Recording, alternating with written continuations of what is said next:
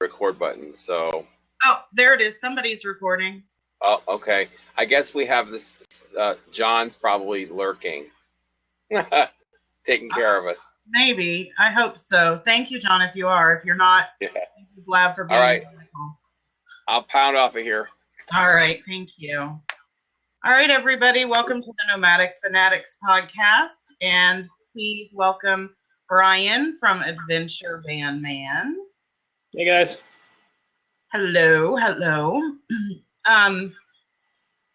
Now you might remember RV Love was on recently, and they were giving away an Adventure Mate, which was a really cool utility tool. And we, for 2 weeks now, have been accepting entries on it, and there was a winner. So I wanted to announce the winner tonight. I also wanted to let you know that you can get a $10 discount on the Adventure Mate at adventuremate.com using the code RVLoveSave10. And the winner of a original Adventure Mate in stone washed black is, let's see, just a second here. I just had the name here and I lost it. See how good I'm doing. Patrick, I think you sent that to me. Patrick, Randy Neubauer. Thank you, Patrick. I had the name and I lost it. So Randy Neubauer, you are the winner of the Adventure Mate tool. So congratulations. And send your address information to either myself, Patrick, or John, and we will be happy to get that over to RV Love so they can get Julie and Mark so they can get that tool out to you. And don't forget that you can get a discount on that, and that information will be populating in the chat for you. Now, our guest again is Brian from Adventure Van Man. Brian, do you want to just start with the questions that we have? Any questions? Yeah, whatever you guys want to talk about. I'm here. Well, let's start with, why don't you tell us what prompted you, what inspired you to begin this journey? Okay, I will do that. I just saw a question come up. Someone says, it looks like there's blinds behind me. Am I not in the van? I'm at a friend's house. My mobile internet connection is not fast enough to do stuff like this. I've tried to do Google Hangouts and it kind of lags and locks up. So I'm at a friend's house here in San Diego. This is my hometown. I'm kind of taking care of some business before I head out to try to search for some work out and about. So that's what I'm doing here. It kind of worked out perfect, so we can do this. Otherwise, I'd have to do it in like a Starbucks where it'd be noisy. So this is working out good. My story is it's pretty simple. I have always been someone that is interested in outdoor stuff, camping. I grew up camping with my family. We would go on like monthly trips. And then when I got into my teen years, we got into off-roading because I was kind of, as a teenager, like, camping with your parents is lame. So my dad bought three-wheelers and quads and a motorhome. So we started doing that just to kind of keep our tradition of camping together. So I've always kind of had that in my blood. And when I got into my adult years, pretty much from 18 on, I worked full-time, different jobs, lots of different jobs, mostly hands-on type of stuff, just to kind of keep me occupied. And I think over time, I just became really burnt out on not being able to do the things that I did in my teen years, like with my family, all the camping and just, traveling, and could never really make it happen together, put it together myself. as an adult, living on my own in San Diego, paying rent, trying to hold down a job. That was such a task in itself. I could never, get myself organized enough to say, okay, I'm taking a week off and I'm going to go do this, plan a trip. So it was very frustrating for me. And I think over time, I just became depressed. And my way to deal with that depression was just to work more, to try to work through it. I mean, literally just working a lot of hours and just trying to stay occupied that way. And I'm 40 years old now, and about 5 years ago, I was about 35, things really became evident that I just wasn't happy. And I began to kind of look into other things. And actually, before I came into the world of van dwelling, I was pretty much convinced that I was going to sell all my possessions and travel on foot. Just do it hardcore, like backpack, tent, and just say, F it, I'm going to just, leave everything behind. And fortunately, I had some really good people in my life that kept me grounded enough to realize that that probably wouldn't have been the best choice for me. I don't think I would have been very successful at that. And really how I came into the van thing was, it was about probably 3 years ago. I found I was basically quitting the job that I had, the full-time job that I had, started selling off all my possessions, stopped paying rent where I was, basically defaulted on my rent while I was having garage sales and yard sales, selling all my stuff, and talked to my parents who are in town, and we're fairly close, and their concern is they just want to see me happy. So I explained to them what was going on, and I moved back in with them just to kind of just have some time to think about what I'm going to do with myself. And at that time, I was unemployed. I was unemployed for about 3 months. And in that 3 months of being unemployed, I came across Bob Wells' website, cheaprvliving.com. And if anyone doesn't know about Bob Wells and his website, he's awesome. I just got done spending time with him in Quartzsite, Arizona. He's a wealth of information, and his big concern is that he believes he's found a way for people to escape their unhappy lives and live cheaply, mobily. And so when I found his website, it was really like a godsend. I was kind of in a depressed state. And when I started reading his blogs and all the information about all these different van builds, it just opened up this new world to me.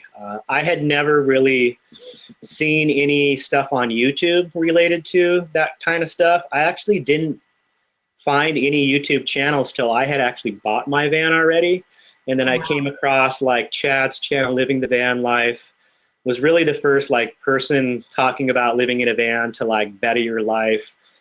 So when I found Chad's channel, Living the Van Life, it really like, as opposed to Bob Wells' blog where it was just writing, finding the YouTube channel of this guy sitting in his VW Westfalia talking about like, he's chasing his dreams and like he wants to be a filmmaker and professional photographer, and living in this van is going to allow him to go to the places he needs to be to expand his craft and save money. And so when I found his channel, it really, it gave me hope. I was like, okay, I'm going to be okay. I need to get a van and I don't have to worry about paying rent anymore. And then if, anyone that watches YouTube channels on that subject, it just kind of, all the links you get, suggested videos, I started finding other channels.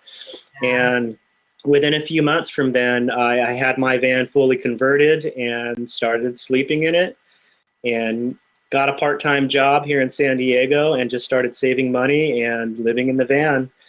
And about halfway through that, I decided that I wanted to kind of document the experience by making YouTube videos.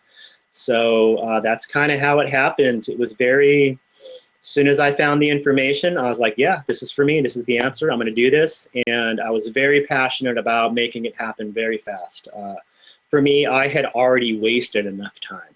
Like, already at the age I was like, I should have done this 10, 20, years ago when I was 18. What am I, So it was there was very little I had a lot of fears and stuff, but I had no time. You know, I just needed to make a change. So that's kind of how it happened. It was very, very just all of a sudden. You know, I shared with my family, this is what I'm doing, and they're like, okay, you know, you think that's gonna make you happy, do it.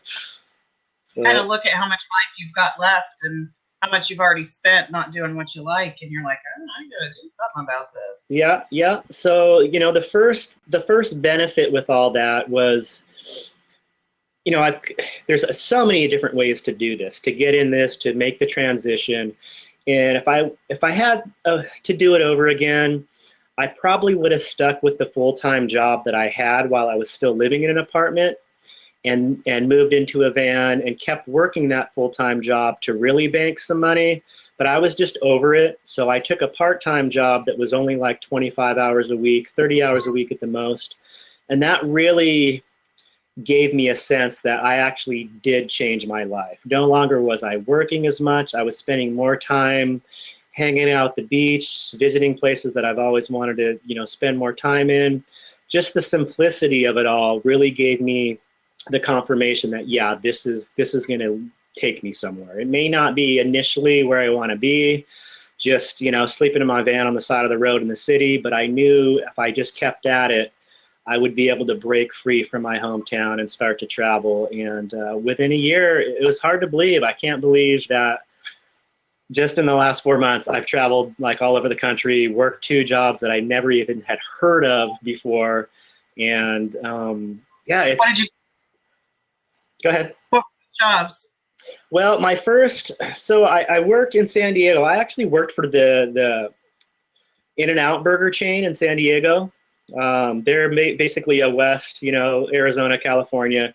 Very good company. For a part-time job, I got paid a very good wage. It was like $13.25 an hour.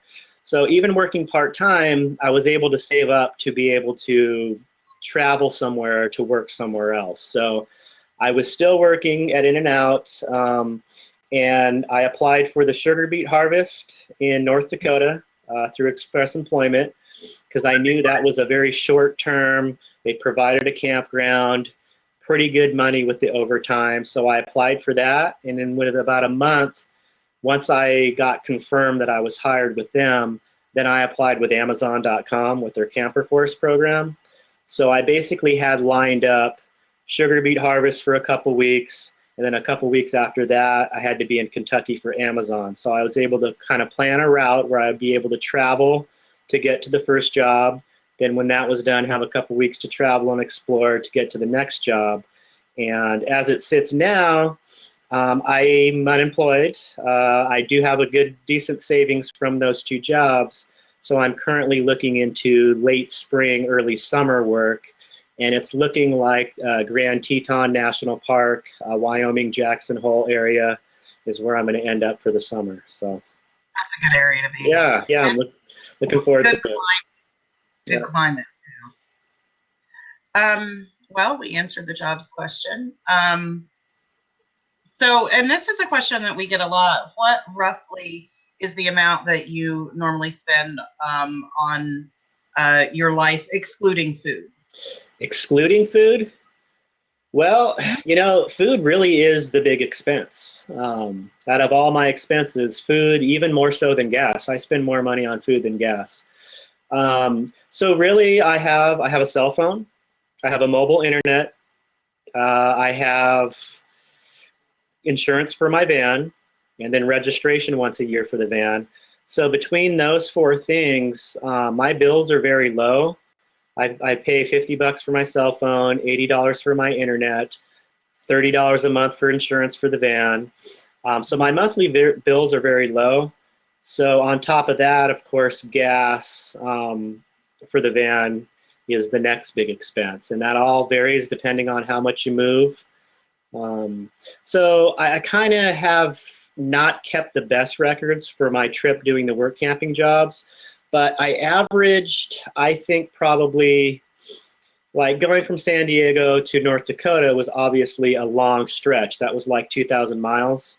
So I spent about $500 in gas just to get up there. but I incorporated a lot of spots to stop and camp and see things. So it really wasn't like, well, I'm going to spend $500 just to go to this job. It was like, I'm going to spend $500 to travel, and then at the end of this trip, I have a great money-making job that I can spend 2 weeks at and then continue on the road. So it's really hard to say like how much, I've lived off of $400 a month since I've been in the van before, and that's like low. That's including food though. But my average, I guess if I subtracted food for a month, I would say my expenses with gas and everything is probably only around $300. That's moving around, driving and exploring. I Food would say probably without question. The next question we have is that how do your expenses compare to pre-location independence? Cheaper, same, more? Sounds like it's a lot cheaper for you. Well, it's way cheaper. I mean, obviously, if you're not counting rent as part of that expense, living in an apartment, I lived in usually like duplexes where it was a 2 units, one either stacked on top of each another or side by side. In San Diego, I was spending $1,000 a month on rent. But I will say living in an apartment like that, I did tend to spend more money. Obviously, I had cable as well. I had cable TV, so that was an extra bill. And just tend to be a little bit more purchasing more things. It seems like there was always something that I could purchase that I convinced myself I needed to. For me, it was a lot of hobby stuff. I ended up collecting. I kind of have dabbled in music for a lot of years, and I ended up just collecting and hoarding a lot of music gear that I never really used. It was just kind of to keep me from being depressed. It was very much retail therapy. I knew that I wasn't really happy, so I'd come home from work, get on the internet, browse all these, eBay and Craigslist, and it was just usually about buying more things, the process of looking for things, going out and looking at them, actually buying them, and then bringing them home. But then there would be a huge letdown. That fades. That's just a very, momentary. And then the next thing you know, I'm looking to buy more stuff, and then I have an apartment full of stuff and nowhere to put anything. And it was not a life that was working for me. Yeah, I understand that completely. When you bought your van, did you buy it specifically because of a recommendation from Bob, from something Bob said? I did, yeah. Bob is all about vans. That's what he drives, just the all around. It really is a good option, especially for people just trying this out. Because, his thing is you can drop all this money on a big Class C, and if you decide a year into it that it's not the lifestyle for you, RVs really aren't the best thing to turn over and make your money back. Usually the value goes down. You either have to do upgrades or repairs to get it ready for sale, and you end up losing money. So I kind of went with his school of thought that, get the cheapest van you can, convert it in the cheapest way you can, and try it out first. And if you decide it's really for you, you can always go up from there. How big or tall is your van? I have a Dodge short van. It's actually only 15 feet from bumper to bumper. So the back space that I live in is very small. I did purchase a motorhome about a few months before I bought the van. I bought a small Toyota Dolphin type motorhome. They're the little, Toyota truck front end with the motorhome on back. I bought a really short one, and it seemed visually that it was what I was looking for. But once I bought it and spent some time in it, it was overkill. I remember the first few times I tried to just drive around town and park it. It just drew a lot of attention. I actually had a couple police officers, remind me that, hey, RVs aren't allowed to stay here overnight. And it's just like, well, yeah, it's daytime. I'm just hanging out. It just seemed like right away, it just wasn't working for me. So I turned that over pretty quick. I had that RV for about a month total, and just decided to sell it, use the money to get a van and convert the van. And I feel like it was the best decision I made.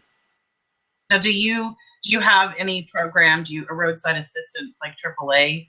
I do have AAA, yeah. You know, the big drawback with a van, and I think this is something that a lot of people don't mention, and I need to mention it in a video because there's a lot of folks, especially that I just met at the last gathering in Quartzsite, couple YouTube channels out there where these people are converting their vans very, very thoroughly. Like they're spending a lot of money and basically making it, it's, to me, you know, I say it's overkill only for the fact that when you convert a van into a camper, it's very hard to register it as a motorhome.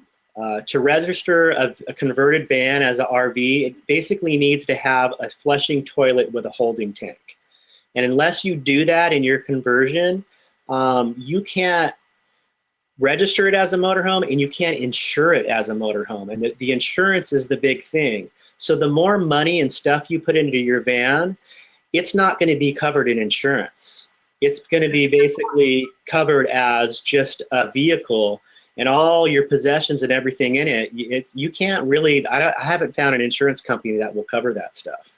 So that's, I never really thought about that. Yeah, and that's something a lot of people don't think about. So if you get in an accident and you total your van, all that extra money and all that extra stuff that you took to build that van out to make it more, it's done, it's gone, it's lost, you'll never get that back. So that's one of the reasons why, even though my van I use like paneling and stuff, it looks a lot nicer than it is. Like people have seen my van in videos and they meet me in person and they're like, oh wow, it's like, it's kind of an old junker van. And I just, you know, the paneling makes it look nice. And I was very minimal with the stuff I built in it. It's just a lot of scrap wood. And I really tried to not spend a lot of money for that fact. If something happens to the van, accident-wise, that's money that I'll never see again. So that's, for me, was a big thing. Well, you know, there's a lot of people that are planning to buy vans. They're getting ready to build out vans. Can you walk us through what your basic build was, what you did, your first steps? Yeah, for sure. Now? I bought my van. It's a '97 Dodge van with a V6. I bought it for $1,800. It was an AT&T fleet service van. It had 90,000 miles on it. Basically, AT&T bought a bunch of these small Dodge vans. Within like a year of use, they decided that they were too small, so they sold them all at auction. And I bought the van from a guy who had bought it from the AT&T auction. So it had very low miles, very little wear and tear, and he used it for his contractor construction business. But then he shortly after hurt his back and wasn't able to work. So I felt like I got a pretty good deal on it. And it was completely cargo van, actually had a lot of like work type racks on the inside of it that I had to remove. So when I bought it, I removed that stuff, sold it on Craigslist, and then I started right in, and this is all stuff I found off of cheaprvliving.com. He's got a little section with, you know, van builds you can look at and all his blog posts of other people building their van. And, you know, Bob really preaches first thing, insulation, comfortable bed, and then go from there. Those are the two basics. So I insulated it, I put up the paneling, I built a little bed frame, and my bed I did where I could kind of fold it up into a couch. Although I rarely do that, it's there if I need to. I knew I wanted the fridge, a 12-volt fridge, so I knew I was going to have to invest in some solar panels and batteries. So really, I think I spent a total of $1,300 on the conversion, and that was including the solar. I went with pretty cheap batteries, the cheapest panels I could find, and of course I did everything myself, so there was no labor costs involved. So total, between purchasing the van and everything I spent to convert it, it was just around $3,000. And you did all that yourself? Yeah, I did it in about 3 weeks. I would come home from my part-time job. I would work 5 a.m. to 10 a.m., early mornings for just 5 hours. I would come home from that job. I was staying with my parents. I'd get busy on the van till the sun went down, and I did that every day for about 2 weeks, 3 weeks total, and I was living in it very soon after. How much solar do you have? Well, I started with 100 watts, and I have since upgraded to 200 watts. And the 100 watts worked. Now that I have the extra, I just have a little bit more room to play with as far as using my laptop, and I really don't have to worry about much anymore, whereas before I kind of had to monitor during the day. Okay, it's hot, my fridge is going to be running, so I probably shouldn't use my laptop, stuff like that. So now during the day, I can pretty much run everything I need to. Have you been in a position yet that you know how often you're going to have to replace your tires, or have you run into that situation? Yeah, when I got the van, it needed tires. That was one thing. So I guess including the set of tires, I actually didn't get those for a year after. So my initial $3,000 build, that didn't include the tires. I got those almost a year after. So I got a new set of tires, and I drove on those. I got very cheap tires. If I had to do it over again, I would have got higher mileage tires. So those actually, within a year, all the miles I put on there already need to be replaced. But when I hit the road just this last September to go to North Dakota and Kentucky for the work camping jobs, I had a blowout. So I got a new tire, replaced that one that blew out. And then when I left North Dakota, I had a tire that was kind of wearing down, so I was just worried about it blowing out, so I replaced it. So now I basically have 2 new tires and 2 tires that need to be replaced. So I plan on replacing those other 2 here within the next week or so while I'm in San Diego. Good plan. Now, this next question I'm a big fan of, because I've got to tell you, like, this whole van thing, I'm doing the van thing, this is what I'm going to do. I'm like, Bob Wells is my hero. This is my plan. I leave in August. I'm not out there yet. You're my hero, dude. Nice. So, but when I saw your video, you were at the RTR, and I saw your video of your shower and your bathroom setup. Yep. I was like, oh my gosh! It was like, this is perfect. Tell us about that. Well, it works great. It's great if you have a place to set it up. And it's kind of the, toss off when you're out boondocking and, camping, BLM land, stuff like that. It's not an issue at all. If I was somewhere like in the city, I obviously wouldn't be using that setup. There's other facilities that I could take advantage of. But for, the boondocking thing, it's great. I actually got that shower tent just before I showed up at RTR. It's great if you can set up camp, set up that tent, and then now you have a privacy shelter where I could set up my portable toilet in there, use that when I need to, then pull that stuff out and use my little shower setup. I'm using the weed sprayer bottle with a sink sprayer nozzle set up on it. Which is so clever. It works great. Where I got that idea is here in San Diego at the beaches. All the surfers, it's kind of fun to watch. If you're parked at a beach, you watch these surfers. When they come out of the water, every surfer kind of has a unique way that they rinse down their wetsuits and wash off. And a lot of guys use a little square piece of artificial turf they can stand on to keep their feet from getting sandy. Then they'll dump a jug of water over their head and rinse off and wash off their surfboard. And I saw this guy once, and he had a weed sprayer bottle. And he was pumping it up and using it to spray himself off and spray off his surfboard. And I went over and asked him, I said, dude, that's a great idea. And he goes, oh, I saw a video on YouTube. So I went on YouTube and I found a guy that showed how he made it. And so that's where I got the idea. It's awesome. It's incredible. It works out great. I do have a solar shower, the solar shower, the bag. Those are a pain in the butt. They really don't work good. You have to have a place to hang it up high enough. Otherwise, the nozzle, you can't, if it's too low and you try to take the hose and put it up to your head, the gravity feed won't have enough pressure. So unless you have a spot way up high to hang it, and then it takes all day to heat up. With my setup, I just heat up about a gallon of water on my camp stove, just get it pretty warm just before boiling. Then I add it to another gallon of cool water in this weed sprayer bottle, and it turns out to be a very nice hot shower temperature. And 2 gallons, I'm using a 2-gallon one, and that's just enough. I have, short hair. It's just enough to wet down, soap up, and then get a good rinse off. And then the bottle is usually empty at the end of the shower. But it works out. I mean, I'll tell you, when you're out boondocking, after about 2 days, you know, I can go about 3 days, and then it's like, okay, I need to shower. I mean, after 3 days, you take that hot shower. It is so awesome to be refreshed and clean, and it's great. Now, real quick, will you just, because we had somebody come in, can you just repeat the kind of van that you're driving? Yeah, I'm in a 1997 Dodge Ram 2500. It's got the V6, which is a rare model. They've made very few of the 2500.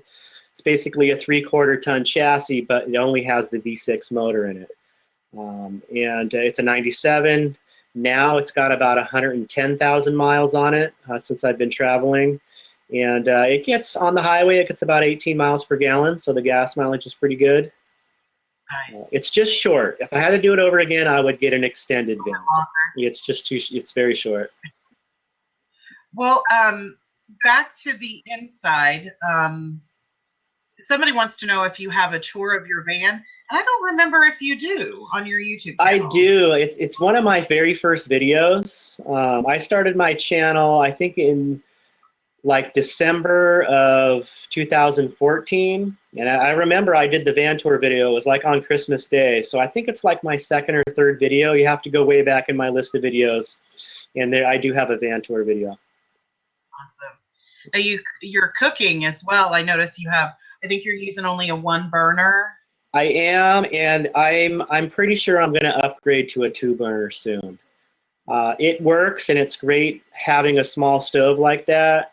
But I'm realizing that I enjoy cooking more than ever, and it is really convenient to have a second burner to heat up stuff, you know, a second, you know, whether I'm heating up a tortilla for the stuff I'm cooking on the other burner. Right now, I kind of have to juggle pots and pans, and I think having the 2 burner would really be beneficial.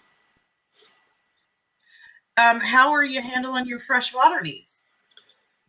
I'm handling them. I have actually realized I just came back from spending a lot of time in Arizona boondocking, and it's really been my first experience at extended boondocking, trying to stay in one spot for like more than a few days, like almost a week.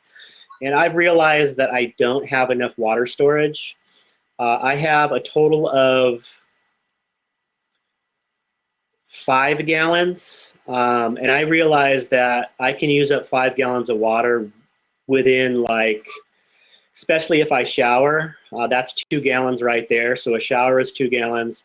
And I go through probably a gallon a day just between cooking and drinking. I drink a lot of water. I don't drink soda, so I'm always drinking water. And it's gone a lot faster than I've expected. So the last few places I boondock, I have wanted to stay for like a week, and about 3-4 days into it, I realize I'm out of water, so I have to. So I'm looking into ways to store more water, get a bigger jug, and where I can store it in the van. But it's been working. You know, the 5 gallons that I carry, that like I said, gets me through a good 4 days. Good deal. I was thinking about getting one of those 5 gallons, but I don't know if that's too heavy. Do you feel like that's a little too much for a van? Or I have, what I'm using is I have two 2-gallon jugs. They kind of look just like the standard 5 gallon, but they're short. It's just a 2 gallon each, so I have 2 of those. Then I have another 1 gallon container, and then my shower weed sprayer holds 2 gallons. So those little 2 gallons, they're great for convenience, ease of use. I have the little pump on it, so you can just pump the water out. So I think if I had like a 5 gallon as like bulk water storage, I could use that to maybe fill up the smaller jugs that I can use from there. So I'm looking into something like that. They do have different sizes. They have like a 7 gallon that's tall and skinny, as opposed to the 5 gallon short kind of wide one. So I'm going to shop around and see what I can fit in the van. You can find everything on Amazon. So. That's true, right? Yeah. We touched briefly, and we're, I'm going with the questions that are coming in. Real quickly, John Spoonamore says to make sure you come back to Kentucky when the weather is nicer. And he wants to know if you stayed at a state park. when you were working there? Yeah, Kentucky was awesome. I was actually surprised, and I was lucky. The campground I stayed at was not a state park. It was actually right next to Green River Lake State Park, which is a state park in Campbellsville, Kentucky, which is actually offered. That was one of the choices that Amazon offers their camper force workers. I just chose to go to the one next door. I had heard some things about it. It was just more accommodating with the showers and stuff. But I did visit that state park quite a bit. And as far as the weather goes, everyone that I talked to from Kentucky there, they said it was one of the mildest winters. It's changed a little bit now, but the great thing with Amazon is you're done by the end of December, and that's right when it usually starts to get bad in Kentucky. Usually mid-January, early February is when it gets really bad there. So we only had, I think, 3 freezing nights, one night with real bad ice. And other than that, I mean, right up until like I left, we had some 70-degree days, usually getting down to the low 30s at night. We had a couple of nights of like 28, but I was surprised. I thought I was going to be freezing, and it was very mild. Very pleasant. Yeah, I hear that's a pretty hard job, though. That's pretty It's labor intensive. You know, you do anything for more than 10, 11 hours. But it was really not bad. I did a video talking about it as I was still there working. And you can see in the video, I wanted to make a video while I was there, not done and refreshed. I wanted it to capture how exhausted I was. And, you know, I was working 10, 11-hour shifts most of the time. I did a couple 12-hour shifts. And it's just the nature of working that much time, coming back to the campground. You know, it was great that I had hot showers there, but I felt like I was really rushed. You know, I'd come home, I worked night shift, so I'd come home in the morning, take a shower, make breakfast, basically pass right out, go to sleep, and then I'd get up and have like an hour or 2 at the most to get ready for the next shift.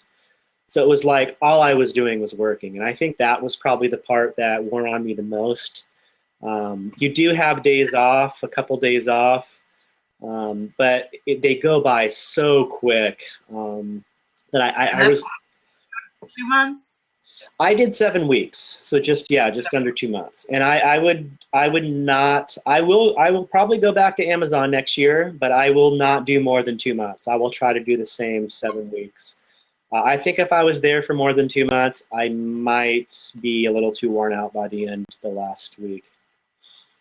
Well, I interrupted you there. You were going to say something about the days off. Your exhaustion level is probably so much by the time you get time off, the 2 days. And laundry, you know, I'd spend at the campground. You kind of had to wait for the laundry. They only had so many washers. So it was like between laundry, going into town and shopping for groceries, for stuff for lunches and stuff. That was like 1 day off. And then the next day off was basically, I was able to have fun. There was a couple other couples there that I had already met before. Some other couples that I actually met at the sugar beet harvest in North Dakota, and they ended up in Kentucky at Amazon too. So there was a little bit of that. It's always great to see a familiar face, and we all tried to encourage each other.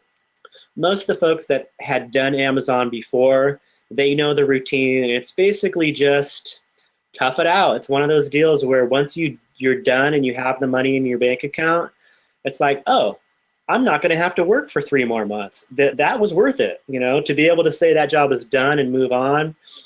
Kind of cancels out how miserable the actual job itself is. That's true. What about the other? You did the sugar beet, right? Did the sugar beet harvest, yeah, that was in North Dakota. They do have sites in I think they have a couple sites in Montana. North Dakota is where most of it goes down. I think they call it the Red River Valley up there, and it's just prime country for growing beets and potatoes.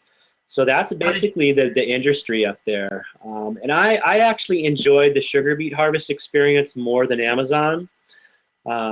It was longer shifts. It was 12-hour shifts with no days off. There's a lot of variables that go into the sugar beet harvest. A lot of it is dependent on weather. The harvest itself can be bigger or smaller from year to year. So it can be anywhere I asked some of the foremen there, I said, well, what is the fastest sugar beet harvest you guys have done? And it's basically, it's not harvesting beets. That's all automated. They have mechanical harvesters that dig the beets up, load them into a truck, where the job is actually piling the beets. It's a big machine that piles these beets into a big pile to store them through the winter months. So the job itself is pretty simple. You basically man this machine, wave the trucks through with the beets, and take a ticket from them, sign their ticket. It's just 12 hours on your feet out there in the weather. It's outdoors. But for me, because it was only 2 weeks, so I was saying the shortest harvest they've ever had, I think, was 9 days in a row. So it's 9 days of 12-hour shifts. My harvest was 14 days. And I was there for 16 days. 2 days, it was too hot. They can't pile if it's too hot. So you take a day off, you don't get paid, and then as soon as the weather is ideal again, they call you back in. So I did 14 days of work, 2 days off in the midst of that. And it's anything over 8 hours a day is overtime.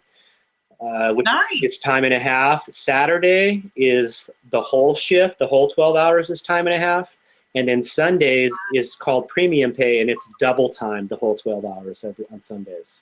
And you didn't find that as exhausting, and you said it was fulfilling. Well, I was just as exhausted, if not more, but because it was only 2 weeks, that made all the difference.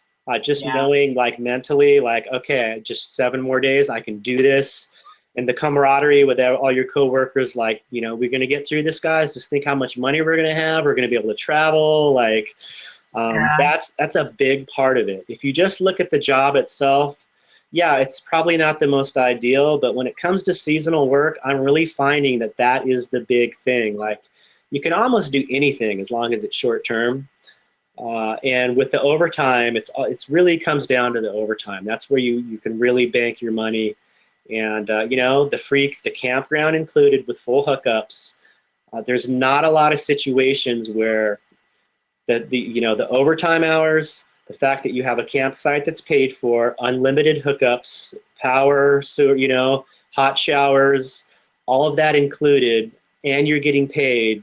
I mean, I haven't found anything that can beat it yet. That's awesome. Unless I get really popular on YouTube, like, I'd be glad to just make YouTube videos all day. There you go. That sounds like a plan. We touched on your solar setup. Somebody is interested in knowing a little bit more. Do you have more information you could share on that? I do, yeah. I'll be glad to share that now. I do have 2 videos up. I have my original solar panel walkthrough with my original system, and then I just uploaded a video last week or so about me adding the additional solar panel. So what I did is I went with the Renogy 100-watt panel. They seem to be the most affordable. You can get them off Amazon for about $150 with free shipping, which is great. 100 watts is a great place to start. I went with 2 6-volt golf cart batteries. Golf cart batteries are supposed to just take a deeper charge. They're just supposed to last longer as far as the lifespan and the amount of power you get from each charge. So I went with those 2 batteries, a Morningstar charge controller. So my batteries were 110 each, so I spent $220 on my batteries. I spent $150 on the solar panel. I spent $90 on the charge controller and installed it all myself. So that's $150, $360, under $500 on my solar setup. Whereas I've heard of most people to break into solar, they're spending $1,000 going with AGM batteries and more panels. I went in with just a basic under $500 full system with the batteries, and it works great. Yeah. Really, all that matters. That's awesome. Having the fridge in the van, I take it for granted a lot, and then I meet people that are still using coolers or don't even have a cooler, and it really helps the comfort level. Being able to cook food, store leftovers, or if you eat out, be able to store leftovers and keep them cool. I found that it saves me money as far as not wasting food.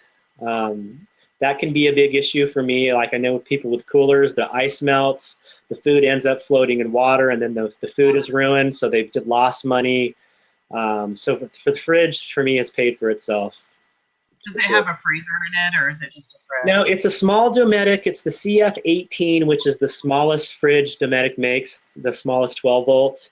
And it can be used as a freezer. You just turn up the thermostat, and it will freeze. But so it's either a freezer or a fridge. So I keep it pretty cool, right around, whatever the standard fridge temperature is. And there are times when I just don't have stuff in my fridge. I just don't have refrigerated items, so I'll just turn it off just to keep it from, running needlessly. Energy, yeah. Yeah. Well, we have a question of what kind of ukulele do you have? The RV wants to know. I'm sorry, I didn't hear that. What kind of ukulele? Ukulele.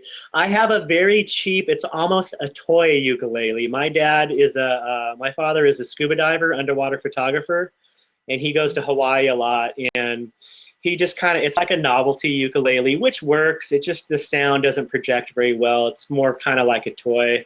But since I've been playing it, I'm thinking of upgrading and getting a nicer ukulele. I know Luna makes some nice ones. Just looking into something that has a little bit more solid sound. Well, it sounds like people are interested in the ukulele, so. I do. Ukulele videos. I do play guitar.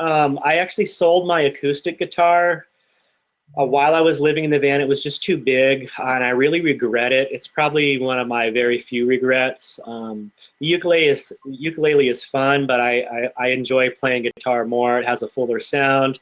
I'm just more used to it. So I'm looking into, they make like mini, like Taylor has their baby acoustic guitar. They're like a 3/4 size. So I'm looking into something a little smaller that I can possibly, because it's definitely, that's where I'm, now that I've done this long enough and out of the city and boondocking, I'm realizing that I have more time for that type of stuff. So I really want to get back into playing more music. I bought a harmonica.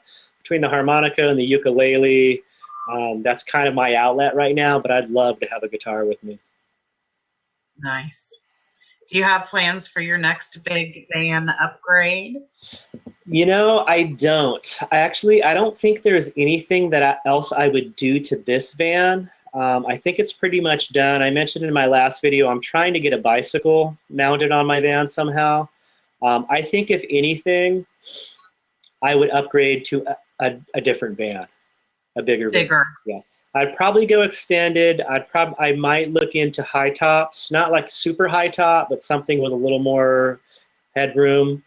Not crazy big, but just if I was to upgrade, that would be the reason. And it's mostly for storage.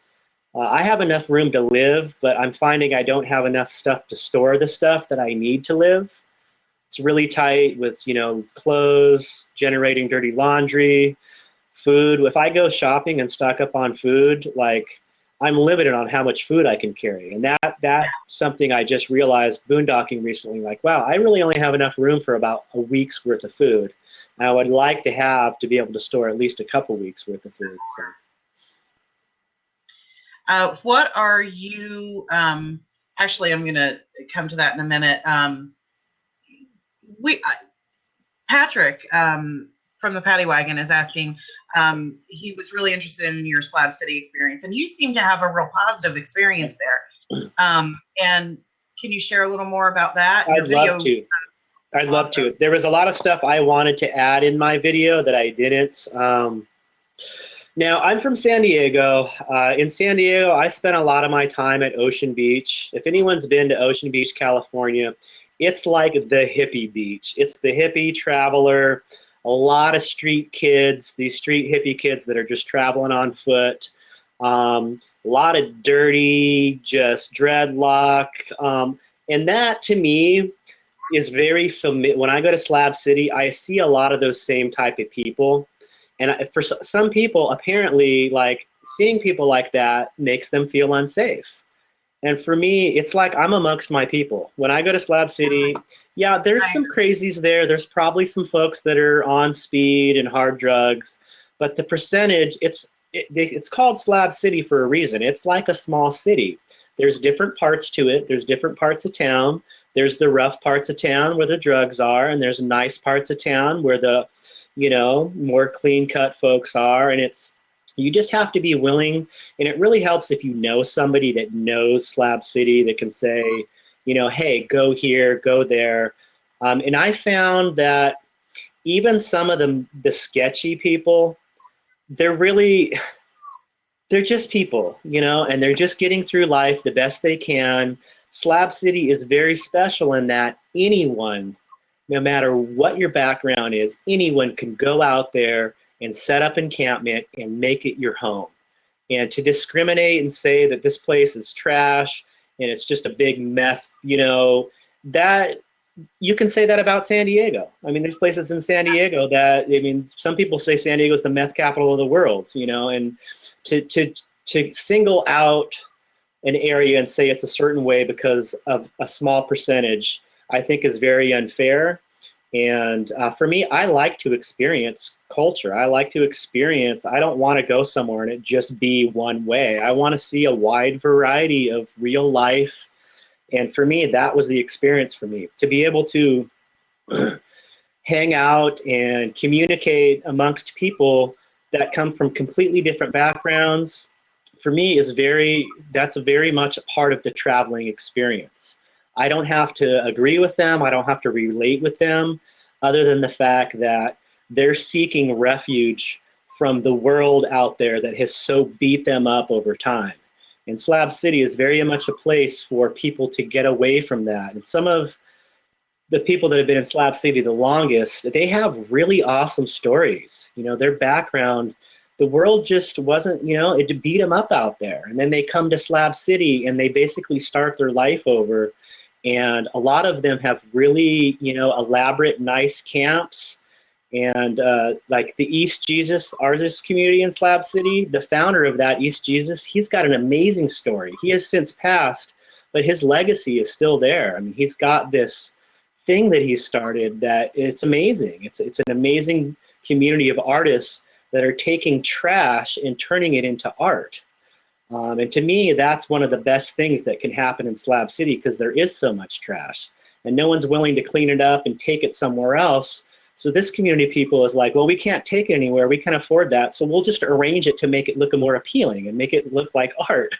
And to me, that's the kind of place I want to hang out. I want to be around people that think like that, not judgmental and closed-minded people. I love it. That's exactly my philosophy. I love that. Best answer ever. Love that. What are you doing about health insurance, dude? I don't have health insurance. I've actually haven't had health insurance for a long time. What I was doing before I made this transition, I spent about 10 years of my life I was about 27, I think, 27, 28.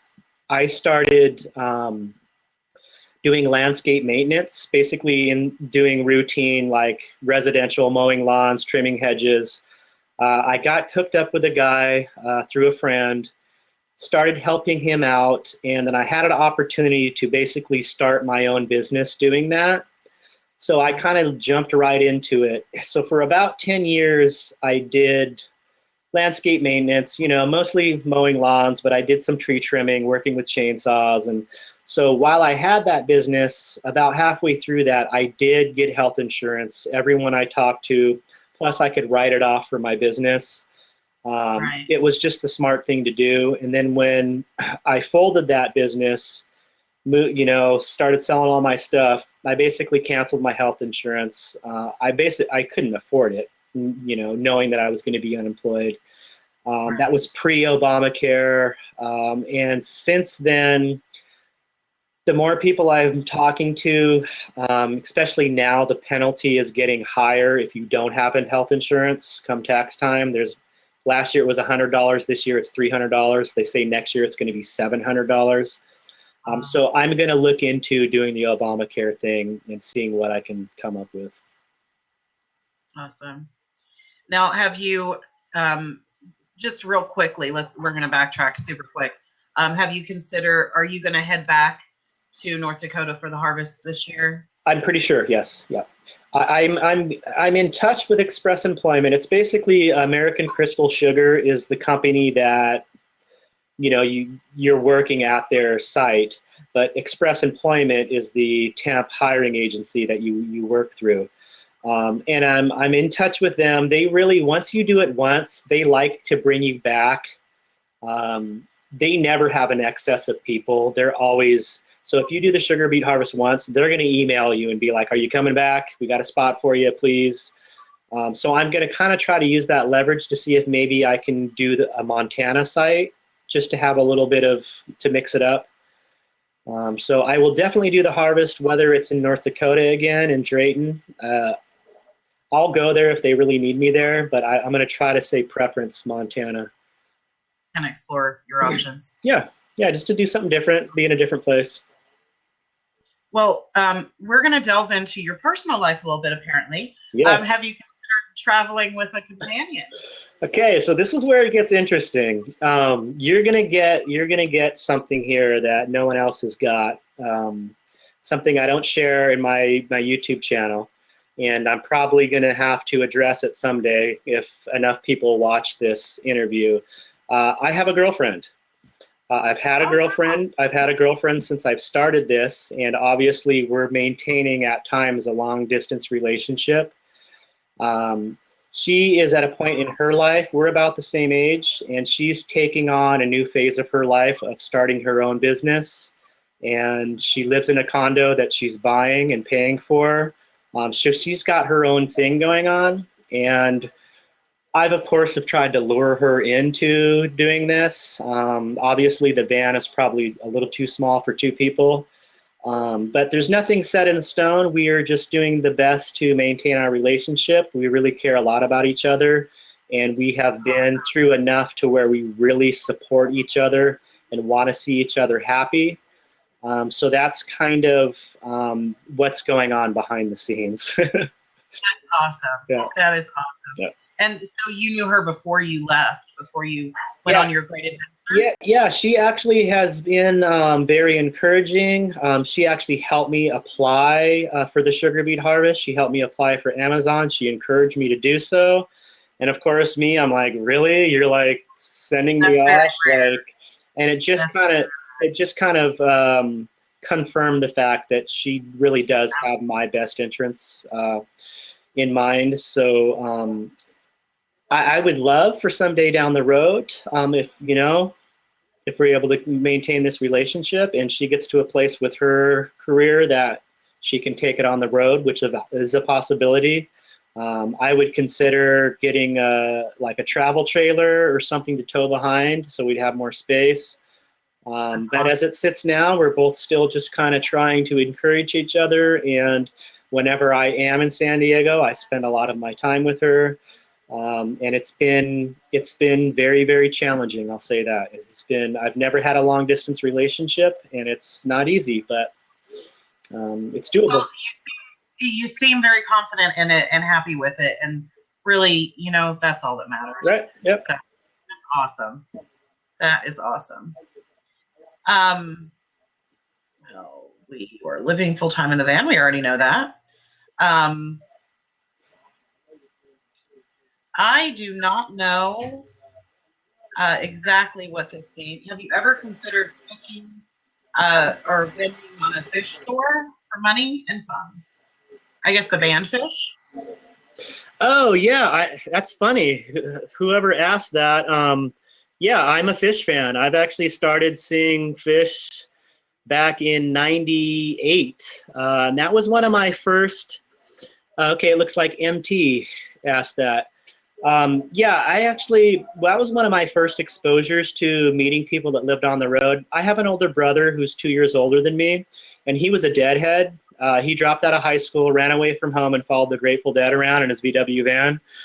Nice. So that was my first exposure to, wow, there's like countercultures that live very interesting ways.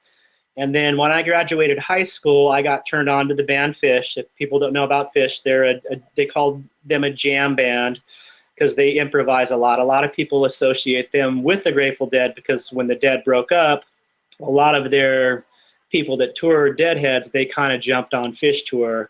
to maintain and continue their lifestyle. And so, yeah, I have considered that. There actually is a summer tour this summer, and I'm looking into maybe hooking up and catching some shows. And maybe the thing with fish. Tops. That's kind of cool. Yeah. The thing with fish and what I was exposed to them is, going to the concert, it's great to go to a rock and roll concert and everyone's partying and dancing and have a great time. But the whole parking lot scene was what was interesting and is interesting to a lot of people.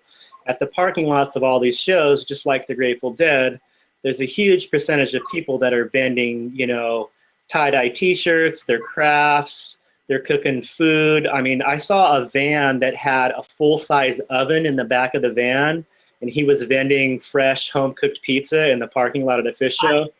And so that, when I saw that back in, when I was 18, 20 years old, I was like, wow, there's ways to live that you wouldn't even consider. So I would probably do something like that just for fun, maybe catch a couple shows. I would never commit to a whole tour and try to maintain, but unless I met the right people, maybe if I met a group of people that were traveling doing it and, could caravan with them, but it's a lot of fun. It's a lot of fun. That's awesome. That was a great question.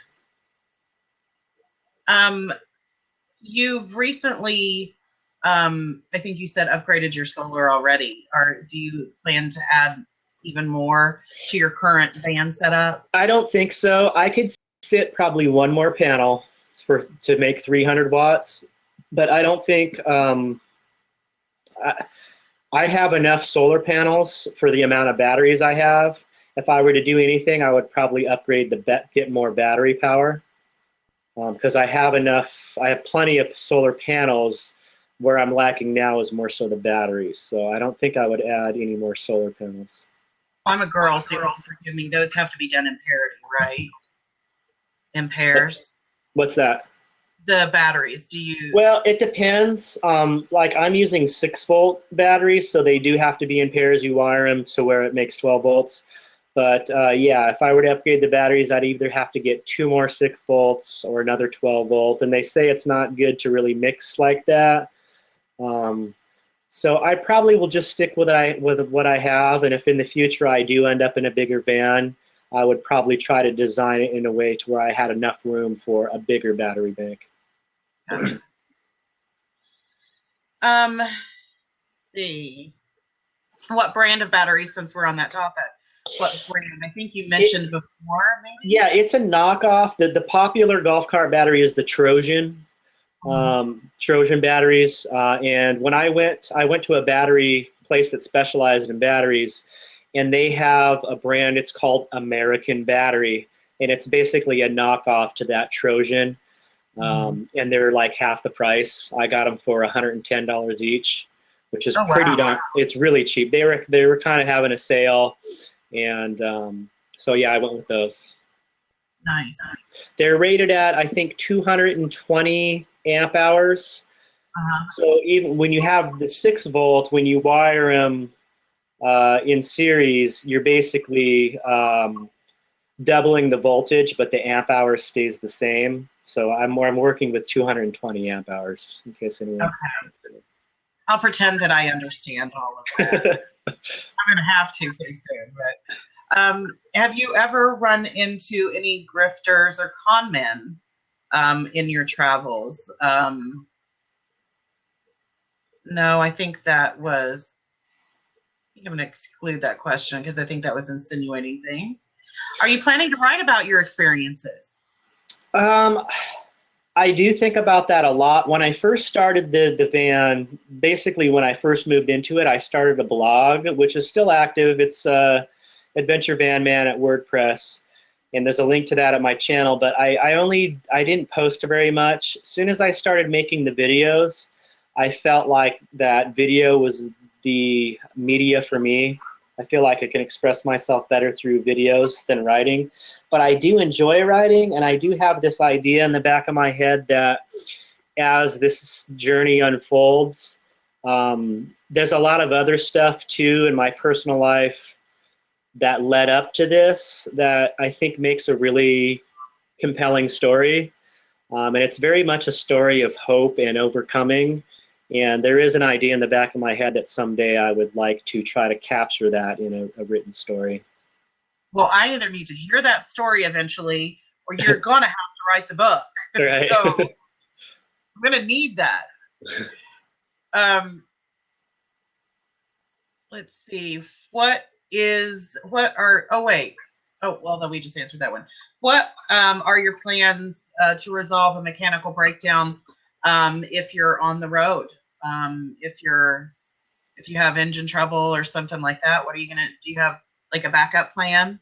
I'd handle it the same way I handled it when I was in San Diego. When I was preparing to hit the road in San Diego, I was living in my van full time. Even though I had friends and family in San Diego, I had like my parents, my brother, they're like, you don't have to sleep in your van. You can sleep here until you're ready to hit the road. And that's not what I wanted to do. I wanted to live differently. I didn't want to have somebody support me by offering me a place to live. I wanted to start experiencing that right away. And I did have a lot of van troubles before I hit the road in September, actually right up until I hit the road. And I didn't document it in my videos because I was so frustrated. And basically came to the point to where I was ready to give up. I was ready to either sell the van and try to find something else, or just say, you know what, this isn't going to happen this year. And I basically took the repairs into my own hands. I was having a lot of troubles with mechanics not fixing the problems that I was having.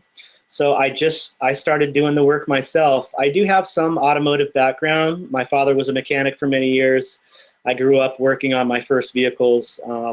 So it basically pushed me and motivated me to have the confidence that, you know what, this is my vehicle in my home.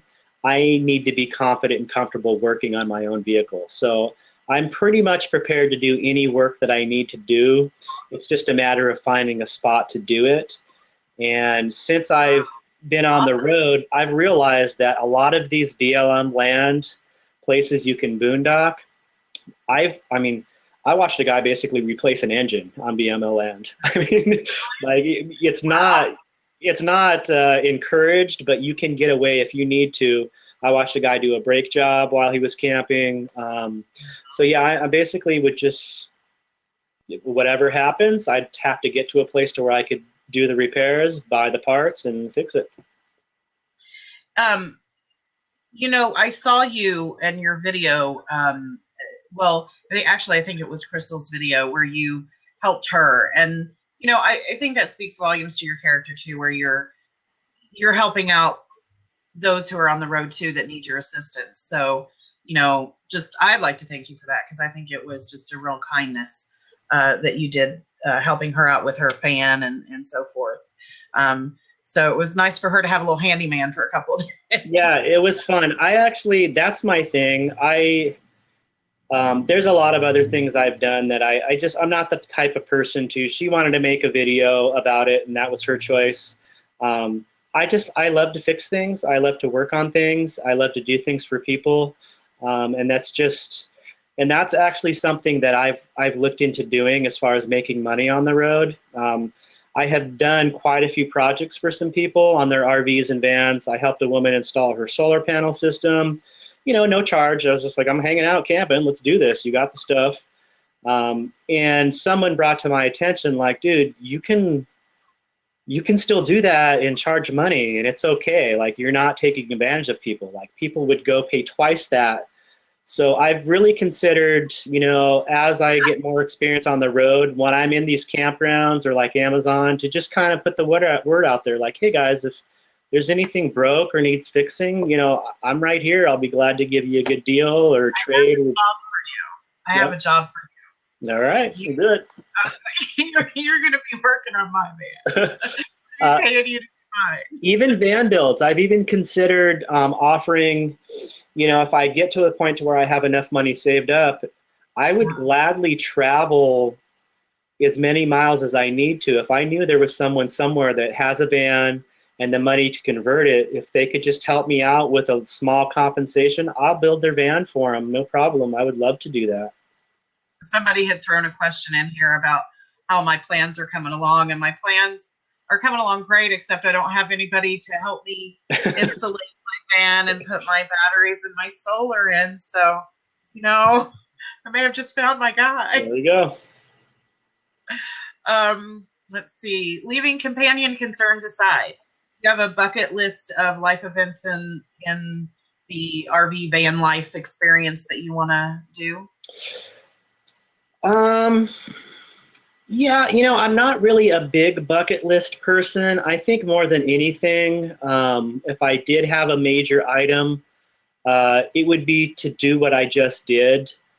Just that when I left in early September and took off to North Dakota to work camp, and I have had friends. I have a good friend. He's actually one of my brother's best friends. He was a deadhead back in the day with him. And he has since, has a pretty normal life, lives in a house with his girlfriend, and he's a park ranger. He works for the government in a state park. And a lot of his history before kind of settling down is he used to travel all over and take these seasonal jobs. And I always thought that was the coolest thing. He'd always have these stories of, oh, I just worked in, Mount Hood, Oregon, and it was awesome, and I met all these people, and then I was just at, so-and-so in Washington, and I was just in Colorado, and I was just like, I want to do that. I want to, not be tied down to a job in one place. I want to bounce around.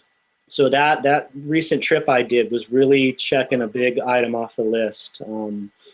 It was a much bigger deal than I would have expected. And now that it's all kind of done, that part of it is done, and I can say that I've done it, I really know that it's something that I want to continue to do. So I would say, if anything, it's just to continue what I've got a small taste of. And there are a lot of places I want to see. So I would say that I do have a dream of doing some world traveling as well. I would like to get out of the country. I have never been anywhere except Mexico. So that is something somewhere down the line I would like to achieve. I have a YouTube that I follow right now. They're in Thailand, and I'm like, they keep posting these videos, and it's like I have Thailand envy too. So all kinds of envy going on over here. Let's see. I don't know if this is something that you have much of a problem with. Is it hard to park a full-size van? Yours is kind of smaller, I think you said. I'm inclined to get an Astro because it blends better stealth.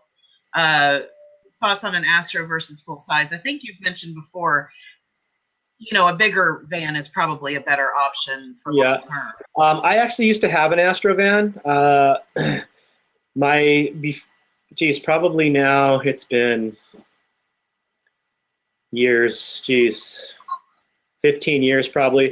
I had an Astro van, and I took my first cross-country trip in it from San Diego to Maine. I have family in Maine.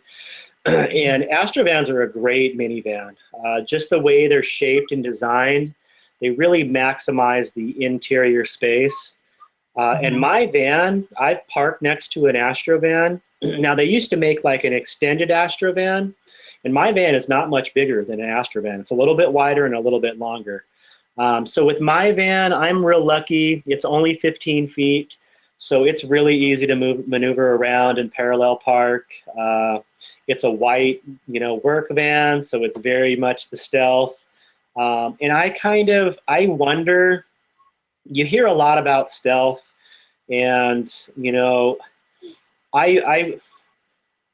I tend to think that it's not a big a deal as it's made out to be, like online, but I'm coming from a place where I have a pretty darn stealth van, so, I don't really know, but I feel like there's a guy on YouTube that has a van, and he did what you were talking about, how he literally built it out, and it's absolutely amazing, incredible. But he has issues because he runs his generator, and he's got he's got vents and stuff and water connections and all those things that would be associated with a camper van, and so he does get harassed a little bit. And I think maybe if you're trying to be stealth, going your way is a better option. Yeah. I think a big part of that too is what your intentions with the van are. And for me, I knew that I was going to be stuck in San Diego for a little bit, living out of the van before I could get on the road. So that's why I went with the white, very stealth kind of design.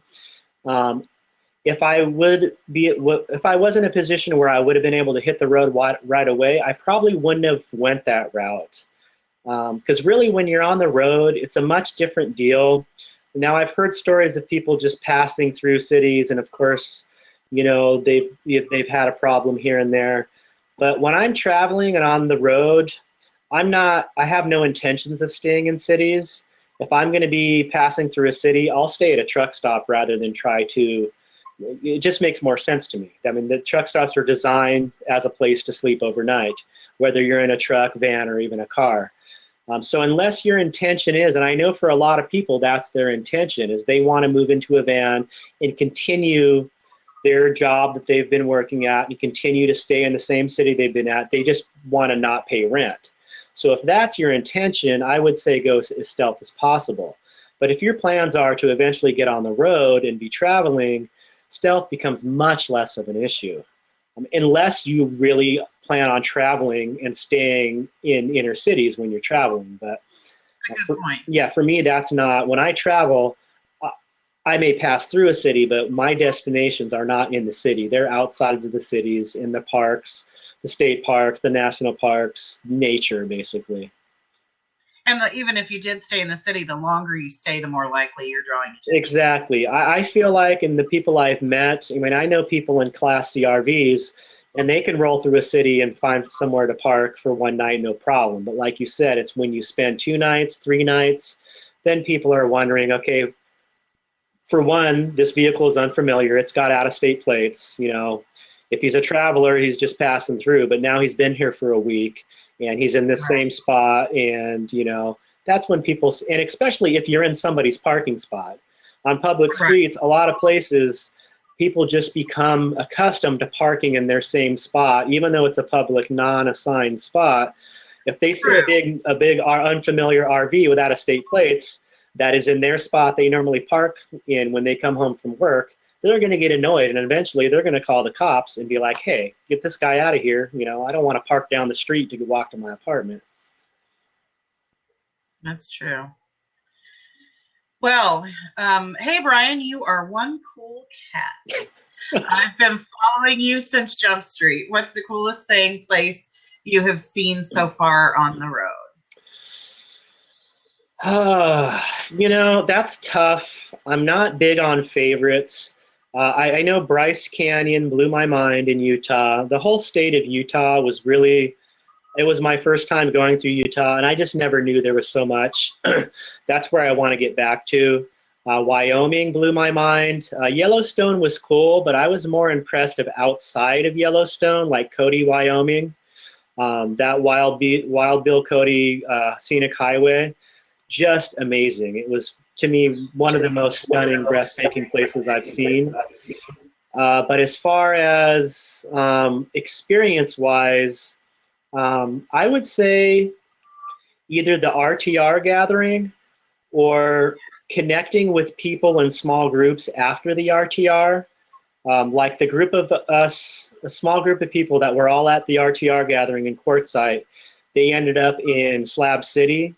And that little group of about 10 or 12 people that we had, that was one of my best experiences on the road. Just the camp we had, we weren't all like right next to each other, but we were all, you know, we could see each other from each other's camp. Every day we'd get together for coffee and hang out and talk. Then someone would organize a hike. Every night for sunset, we'd gather and watch sunset. And it was just, to me, there was more than a few moments when I was sitting there amongst them where I would just look around and, like, I even said it out loud once to the group. I was like, guys, isn't this traveling, like living on the road thing, isn't like this like the best? And everyone's just like, just totally on the same page. Like, it just really solidified like what I'm doing and how real it is and how many people are actually out there doing it. So that to me is more more the social meeting people, meeting travelers has been the best part. Awesome. So the places and the experiences are wonderful, but the people, Yeah, those are some great experiences too. there's a whole nother world out there. It's amazing. That's awesome. When you get your second burner, will you have a fondue party with a couple of friends in the van for us, YouTubers? Yeah. So what do you think? You're for it? Yeah, bring your own fondue. It would be BYOF. Bring your own fondue. Nice. And of course, that was Shelley. Old fart new start. Nice. That's a pure Shelley question. I love her. Do you prefer mountains or beaches, landscape-wise? Or deserts? I would say mountains. As far as like camping and being, definitely mountains. It's just there's very few beaches where you can camp, and like when I'm here in San Diego, it's a great spot during the day. But the worst part is that you have to go drive somewhere else to crash and sleep. And in the mountains, there's some beautiful spots I've been in. Like when I was outside Bryce Canyon, I was boondocking totally off this dirt road in the middle of the trees. And to me, that was one of my best experiences, where I just was able to look around and say, what I'm doing is totally legal. There's no one that's going to come by and say, hey, you're doing something wrong. This is not allowed. And it just like I can stay here and camp for like 14 days and no one's gonna, this is, to me, that's when it all started to come together. Like, wow, if I can figure out a way to make enough money, short amounts of time to save up, to spend more time boondocking like that in the mountains and forests, like that's what I want to do. I want to make that happen. That's awesome. That's awesome. Do you fish when you're out on the road? I don't. I've considered it, and this is probably something I should talk to somebody that's into fishing. It basically comes down to expenses. It wouldn't be that much for me to invest in a fishing gear setup, but the hurdle for me was like, well, I'm going to be camped here next to this lake for probably a day or two. Do I want to spend the money and take the time to go in and get a fishing license? I know you can get day licenses at a lot of places, and I think that's what's been holding me back, which is a very silly thing, but I think there's a part of me that doesn't want to take that time, effort, and it's very cheap, a small amount of money to be able to fish for a day. So maybe if I was somewhere for like next to a lake for like a week, then I would probably invest in like a week fishing license and take advantage of it that way. But that's the one thing that's held me back. If I'm moving fast enough, I'd have to get a fishing license for this state, and if then 2 days later I'm in a different state, I would have to get a different license, and I think that's been the hurdle there. Fair enough. There's a recommendation by Photog RV to visit Canada if you go back to North Dakota, or you have thoughts on that? Yeah, there was a group, there was a couple people asked on one of our days off. They were going to go, it was very close to the Canadian border. And I don't have a passport. And that's something that I'm probably going to do while I'm here in San Diego, is go ahead and get a passport. Because there was a group when I was in Quartzsite that was going to Mexico, and well, we have lost temporarily, hopefully, Brian. Can you hear me now? I can hear you, but I can't see you. Can you refresh? Yeah, I'm gonna do. Oh, right. Yeah, my web browser decided to update real quick. That's okay. That's okay.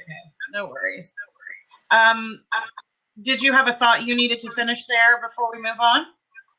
I forget what I was saying, but yeah. Oh, I think I was talking about getting a passport. Yeah, there was a group that was going into Mexico, and it just made me realize that, oh yeah, these days you need a passport, so that should be something I should have. I know. I have to do the same thing. I remember in Canada when I was in my 40-something as well. I remember going to Canada all the time as a kid and teenager, and it wasn't a big deal. Would you live in a van a Class B van in San Diego? If I mean, is there a situation that you would stay in San Diego and live in a Class B? Class B? You know, I don't. San Diego is my home, and my girlfriend does live here, but I actually don't like San Diego. The more times I'm away and come back, I realize it is just growing tremendously, continuously. There is more and more people every day. There is more and more construction. Everywhere you go, they're building new condos. And it's just not, when I'm at the beaches and bays, I do kind of realize that seeing other people, there's people at the beaches in San Diego that have been living out of their vans or RVs for years. Like, it's their life. That's what they're going to do. They will be here for years to come. And it actually seems like a decent life. But it's just not for me. I would consider that somewhere else maybe, but I just don't see that panning out in San Diego. I kind of did it already for a year, and it was fun and it worked. It was doable, but it's just not. It's so expensive, and yeah, I don't think that would be a priority for me. Okay, I respect that.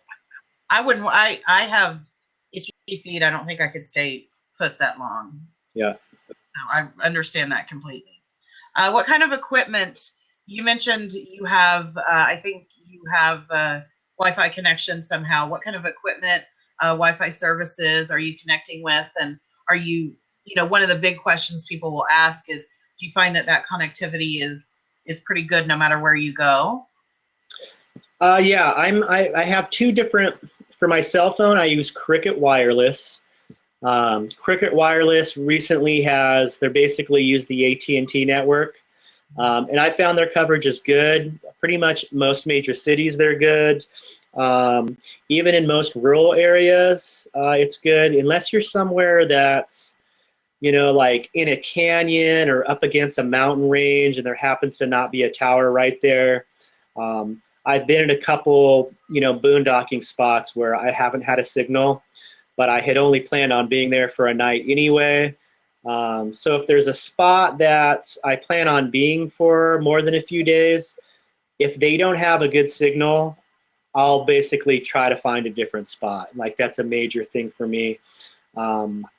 So for that, I use Cricket Wireless for my cell phone, and that's, that keeps me connected as far as making calls, texting, which I do more than anything.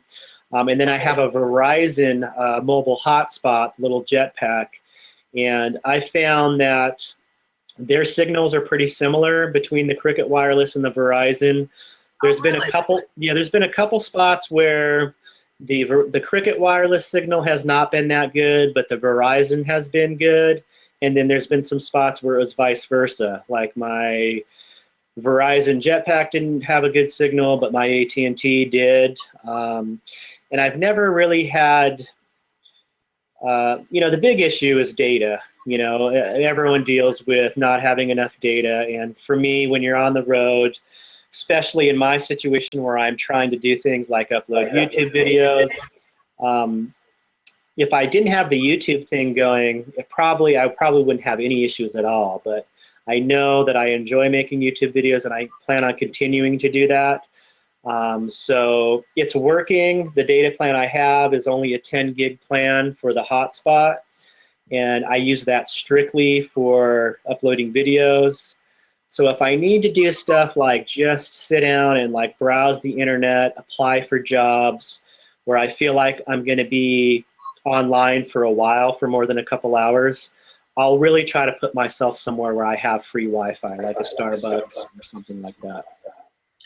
Do you ever stream videos, or do you, there's a question here about YouTube. Do you have YouTubers that you follow, for example? I do. I don't watch a lot of like van RV stuff.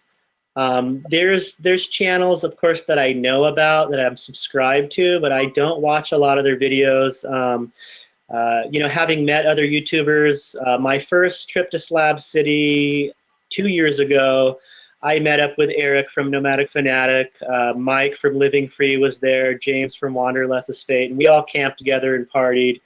And those guys are the ones that basically encouraged me to make a YouTube channel. They saw my van and heard my story, and they're like, "Dude, you should just do it. Just start making videos, start filming." So around that time, I was kind of up on all the channels, and now it just seems like it's really blown up. There's so many travel. I used to keep up with Chris Travels, Chris and G now, and I just don't have the time and data to keep up on it. I watch actually my top, if I had a top 3, I watch Allie Knight. She's a trucker. Yeah. Her channel is Allie Knight. And then I watch a Canadian guy. His channel is One Pug Life. It's kind of rude and crude guy humor. He's from Canada. And then I watch another trucker, Indiana Jack Trucker is his channel. And those are kind of my top 3 people I really look forward to. And there's a couple daily, like Allie Knight, she's a daily channel, so I know I always have some stuff to watch. And I do drop in on a lot of other channels every now and then. I'll see what some other van dwellers are up to. And but now I've met a lot of people that I used to watch their videos, so I just try to stay in touch through texting and emailing and stuff. That's usually effective. Yeah. That usually works. How do you hide your solar panels on your van, or do you? Because you lose stealth, apparently, obviously, if you don't. Yeah, they're really not noticeable. Yeah, I have a ladder rack set up. It's the standard ladder racks for a van, and the solar panels sit so flat. It really, unless you're looking for them. Like, I've had friends of mine that have been standing next to my van talking to me, and then I mentioned that I have solar panels, and they're like, "What? I didn't even see those up there." Like, you really have to be looking for them. I feel like Gypsy Joseph, he feels like he's losing his stealth with his solar panels. Do you have any, recommendations on how you put a rack up there and then the solar panels on top of them? Yeah, I mean, you can see, if you walk up to the van, I mean, you can look really close and see these wires coming out, but I don't feel like the average person is going to do that unless there's somebody that's like a van dweller enthusiast. I don't think there's a lot of people walking around inspecting what's on the top of people's vans. And that's where I feel like the whole stealth thing kind of gets blown out of proportion online a little bit. It's just, I don't know. Maybe there's somebody out there that's had a problem and somebody has said, "Hey, I saw you have solar panels on your van, so you must be." I don't have any experience with anybody ever giving me trouble. It might be the areas too.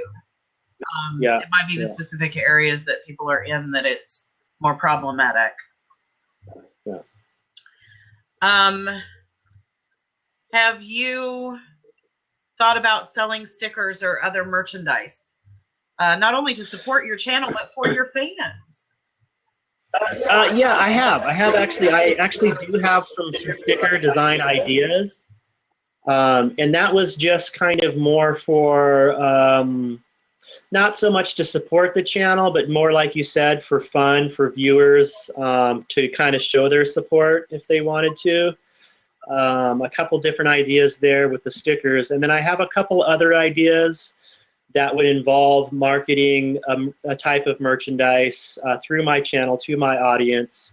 I don't want to really get into too specific. One of them I think is a really good idea that I might be unveiling here within the next few months. Nice. But it basically involves kind of having something that I've crafted that is a memento of the different spots that I've been at. That would be kind of something that's unique that I've created that you could have for yourself. So I've got a few things planned. You know what? That's definitely stay on that because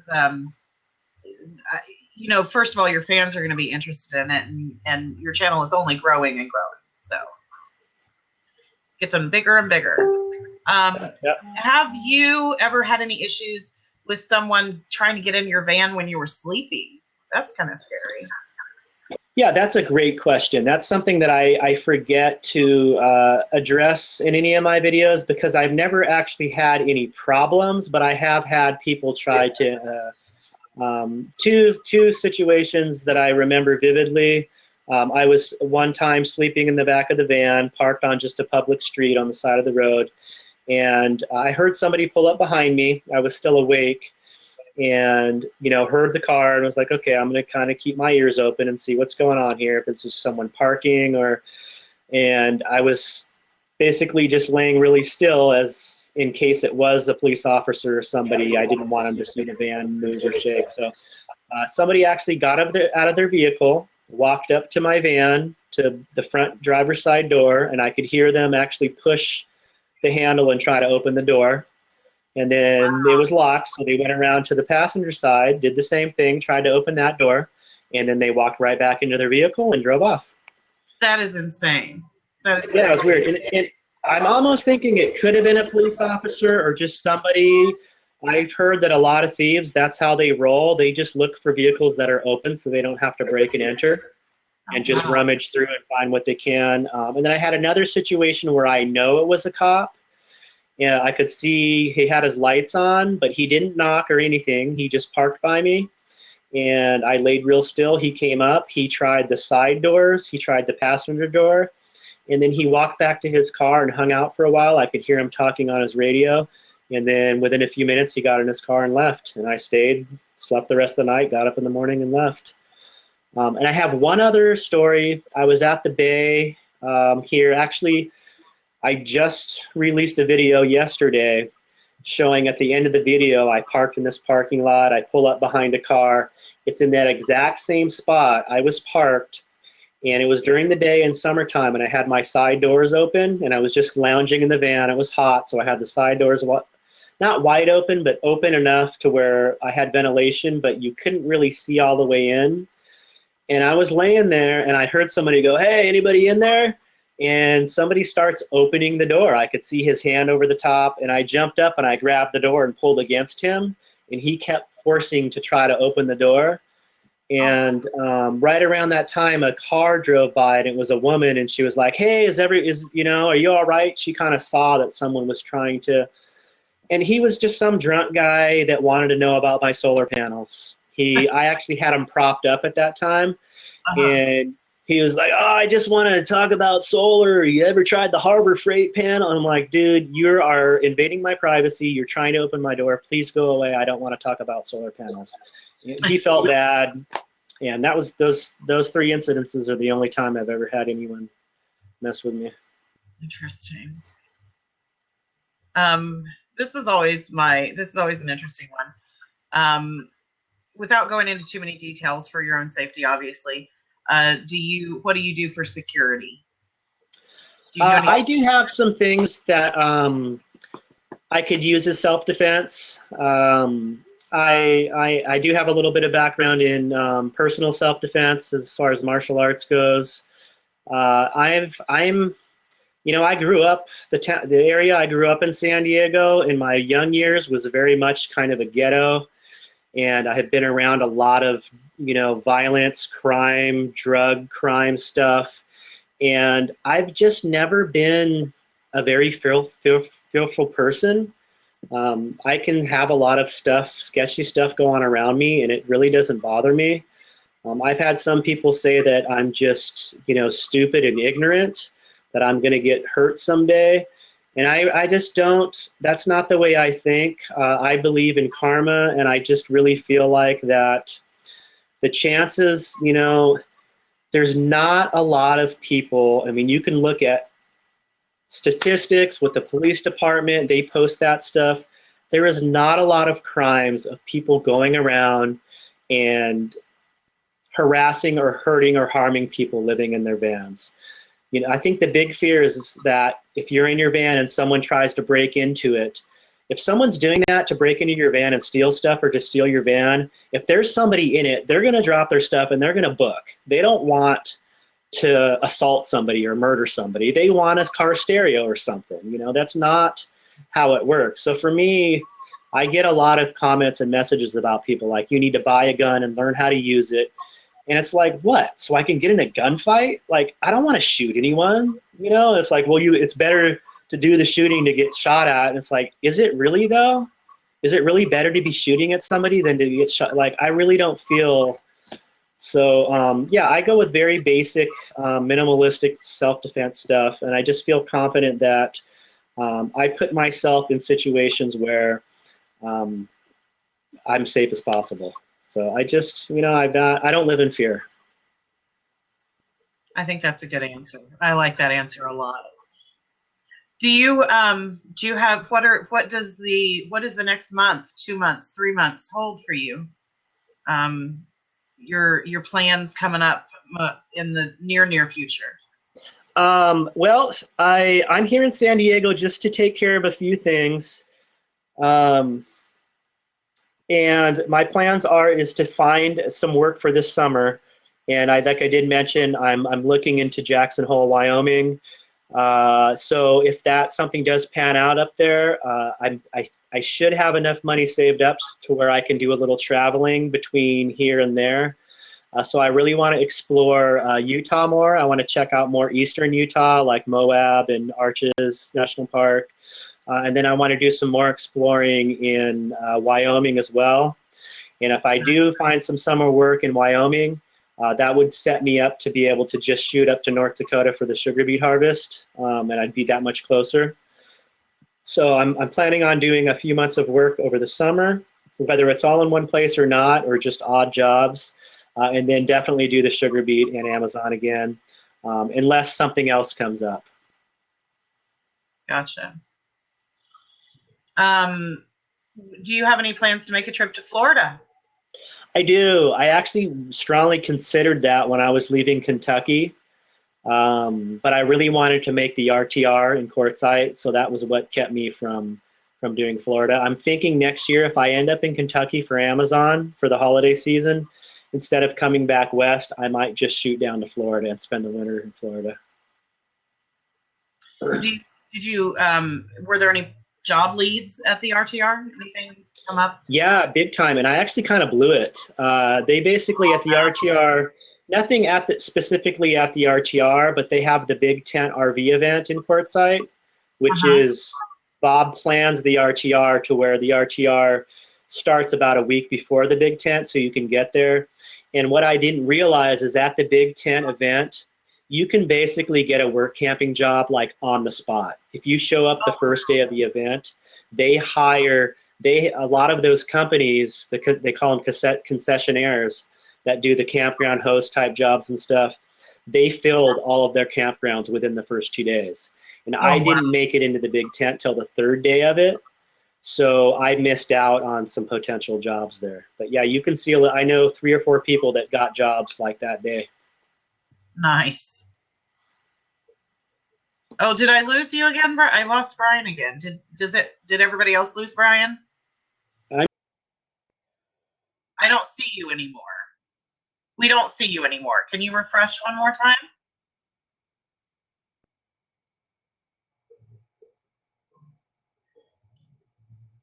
We lost our guest. That is no good. No good at all.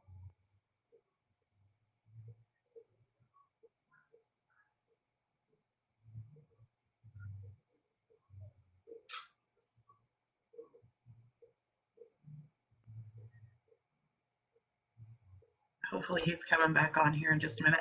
Thank goodness John is so good at editing. Yay.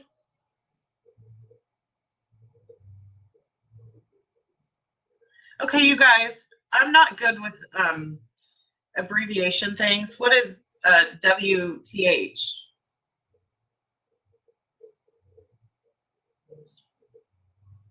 What the hell? Oh, well, that I know. I didn't think it was that easy. All right. I'm not very bright right now, apparently. Oh, I hope we haven't lost him.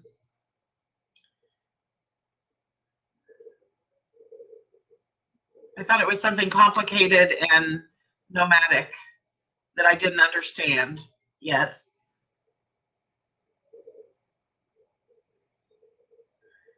I am waiting to see if we are going to get Brian back. More about my plans. Well, most of you know me only by being in the chat. My name is Devin Winters. I go by Eccentric Nomad. I have a website and a blog. I am planning right now. My lease is up in August, and I'm planning to leave in August, and everything is on track. Nothing's slowing me down except for the fact that time is not moving fast enough.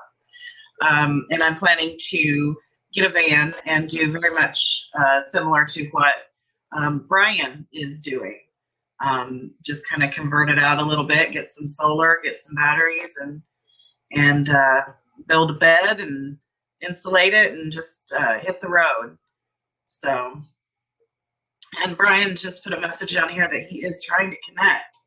So hopefully we'll have him on here in just a minute. And yes, John Spoonmore, I do plan to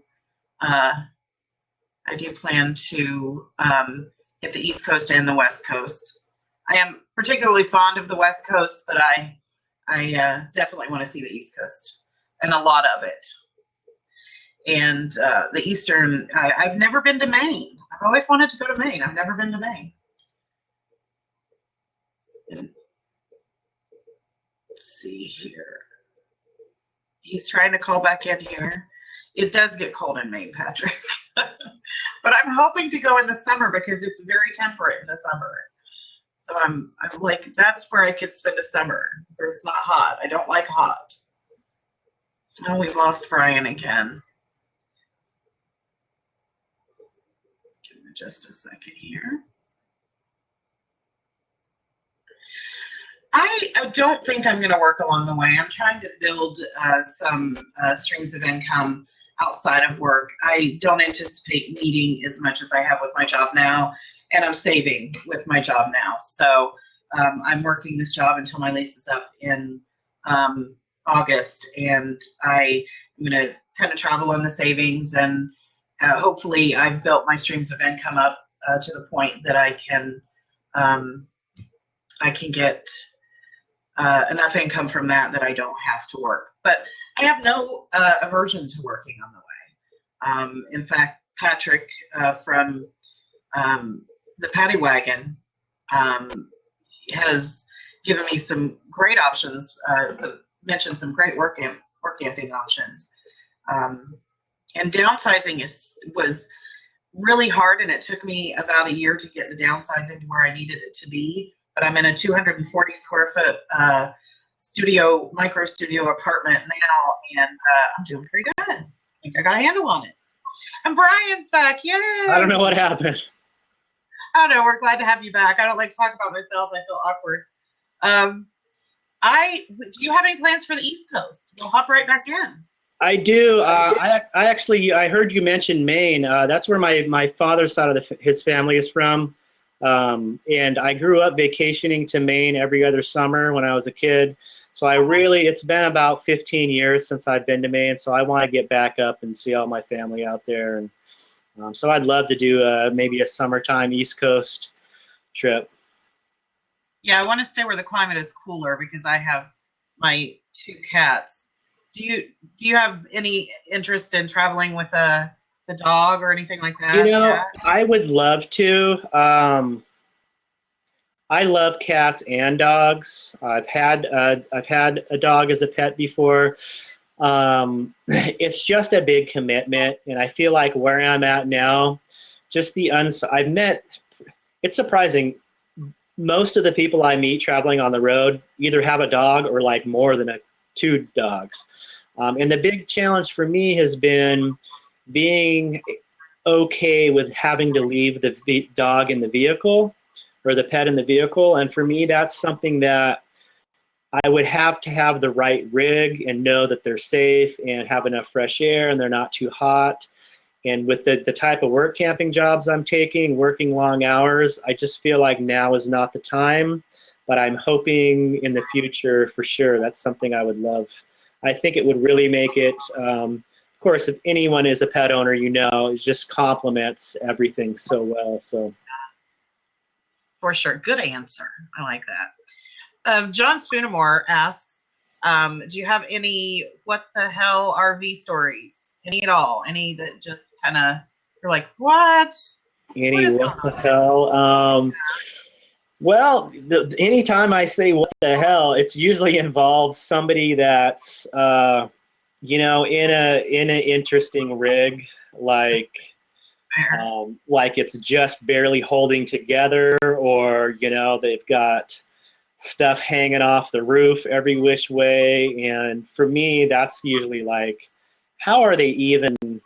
And there's people in San Diego, and they're parking on the streets somewhere and getting away with having 5 bikes hanging off the back of it and tarps bungee cord to the roof. And it's amazing how some of these rigs, that not only are they able to keep it going and keep it running, but they're actually getting away with parking on streets. And to me, that's amazing. It's true. I've seen 1 or 2 of those. Listen, I have a question here and I can't get to it. What is the big, and I love this one because there's positives with everything, but there's always that 1 or 2 things that are just kind of a bummer. What is the biggest drag about living in a van? It's surprisingly, it's not what most people say. Most people is that they don't have running water or a flushing toilet or a shower.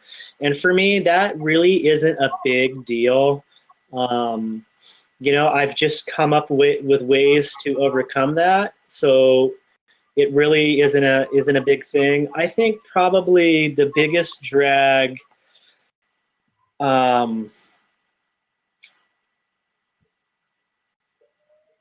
gosh, I mean, obviously I'm having to think about it. That's good. That means you're right where you need to be. I think if anything, it would probably be me being in such a small van, not having room for someone else. If I wanted a passenger or like a road dog or somebody to travel with, it's really not doable. Like even my girlfriend, it would be too tight for us. I met a couple, they're doing a minivan together and they're surviving, but you can tell that's like the number one thing that they struggle with. I think not being able to, invite somebody into your home. I know how great of an experience it is for me, but not being able to invite somebody into my home and share that with them, I think it's probably the biggest drag. It's like there's no way I can show them and say, look, isn't this, because we'd have to like cram in there and be all tight. So that would probably be the number one for me. That makes sense. I mean, you can put your chairs outside. You can get a couple of folding chairs, put them outside, hang out and have coffee. That's still nice. But I get what you're saying. You can't like sit down with somebody and watch a movie or something. Yeah. Get it. Do you have any issues when it's stormy or thundery and lightning and weather events? Have you had anything? Yeah. When I was in, I think when I was in Kentucky was the longest stretch of rainy days that I've ever been in. There's very little rain in San Diego, so while I was here kind of static stealth camping in San Diego, we had a couple days of heavy rain. It's neat in one way that there's a very neat sensation of being in a van when it's pouring rain out, kind of peeking out the window and you're just safe and secure. You've got your own little spot. That's a very neat feeling. But then the other side of that is being confined in there. After that kind of novelty wears off, you realize like, wow, I'm stuck in here. And one of the biggest things that I noticed, I do have a couple small leaks in my van where the seals are. One of them really doesn't it's not much of an issue because it kind of drips right on the floorboard and goes right out the bottom of the door. But the other one is in back near my bed. And in Kentucky, we had some of the heaviest rain I've ever been in. And there was a stretch of about 3 days straight where it rained nonstop. And for me, that was foreign. And then dealing with having that little leak and using like towels to kind of sop up the water a little bit, and then not having anywhere to like hang those towels to dry, you know, like it was like, oh, wait a minute, I'm going to have to just wait this out. There's nothing I can do here. I'm stuck in this van. So that was a kind of an eye opener, but again, along that same line, having that shelter is a big deal. I mean, all you have to do is think of like, wow, if I was on foot with a backpack, this would really suck. I have this luxury of being in a place that's pretty much dry. Lightning is a little scary. I was driving. I have a video where I drove through Arkansas into Texas, and I was through some pretty heavy thunder and lightning. They had tornado watch going, and that was a little sketchy. So yeah, finding a secure place to park and just waiting it out can be a little scary, but it's what you do when you're in a house, basically. True. Did you get the leaks fixed up, or are they? I did a little bit. Basically, it's come down to I am not able to pinpoint the one leak, and it only happens when it rains really, really heavily and it's windy, where like the wind is kind of coming in at an angle. So it's not a big enough deal to where, like if I was in Seattle or, you know, in Washington or Oregon where it rains all the time, I would probably address it, but it's just, you know, it just drips. It's nothing major. It's just a thing. Now, I know that when I contacted you about coming on the show, you said you had a couple of hours, and we've done a couple of hours. Do you have time for a couple more questions? Yeah, we can do a couple more questions. Okay. Let me, ow. The cat just bit me. Okay. What did you cook in your van that blew your mind that you could cook in your van? Let's see. Have I done anything?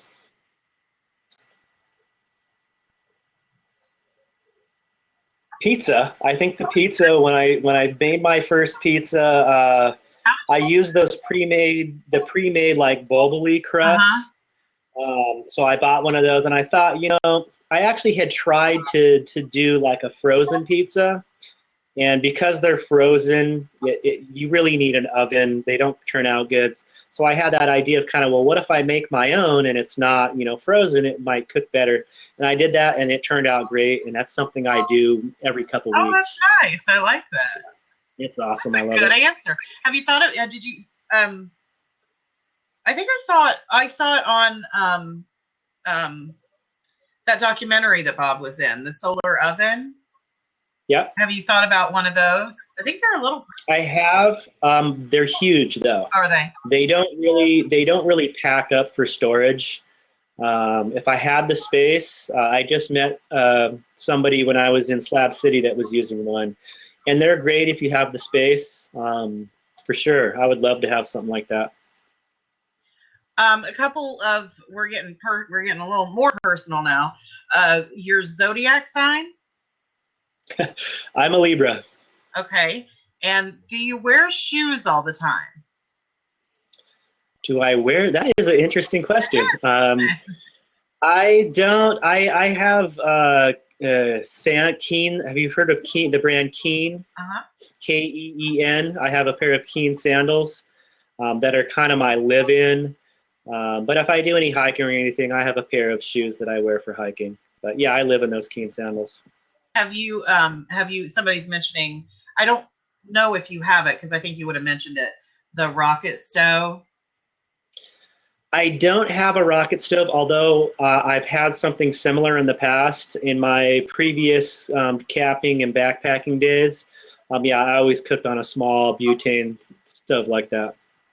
I've thought of, recently I've been at a few spots where when I pulled in, I thought I was going to be able to boondock out of the van, and it turns out that they were like hike-in camp spots, and it really kind of got my mind going. And I thought, well, man, it would be cool to have in the van like a tent camping setup, so every now and then I could get away from the van and hike in somewhere and set up a tent and a small camp stove. And so I would like to have a kind of tent camping setup as an option. I like that.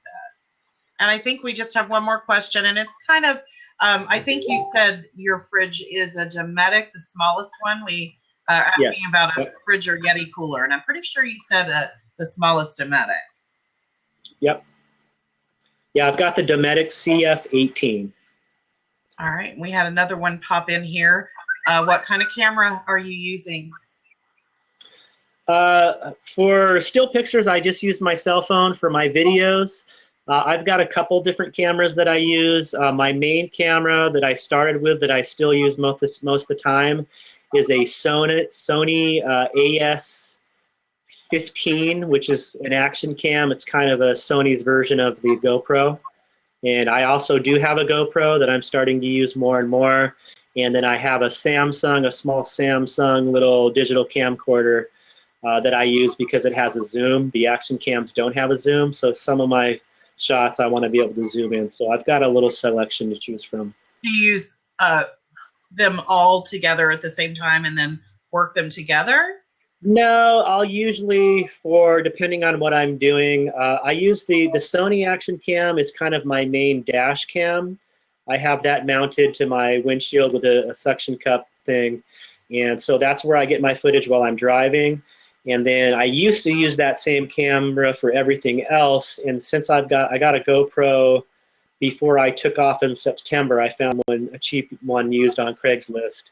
And I'm starting to use that more for my, like when I'm walking around and stuff. It seems to be a little bit more stable. So I'm incorporating the GoPro more. A couple more questions, and then I promise I will let you go. I will cut it off. Promise. This is someone is asking about what you do to battle the heat in the summer. What do I do to battle the heat? You know, I grew up in San Diego, and you know, in the summer times it gets warm here. It's not uncommon inland to have 100-degree days, and in every house that my parents have had, every apartment I've had, I've never had air conditioning.